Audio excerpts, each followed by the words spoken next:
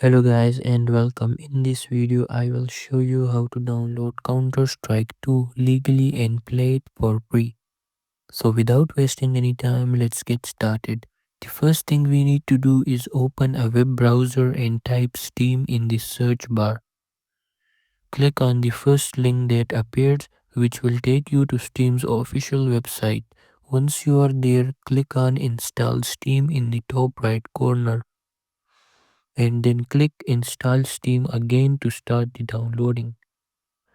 Once the download is complete, open the Steam application and create an account or login if you already have one. Now in the search bar at the top, type Counter-Strike 2. Click on it and you will see an option to play the game for free. Simply click play and the game will start downloading. That's it for this video. Make sure to like and subscribe for more gaming content. Thanks for watching and I will see you in the next one.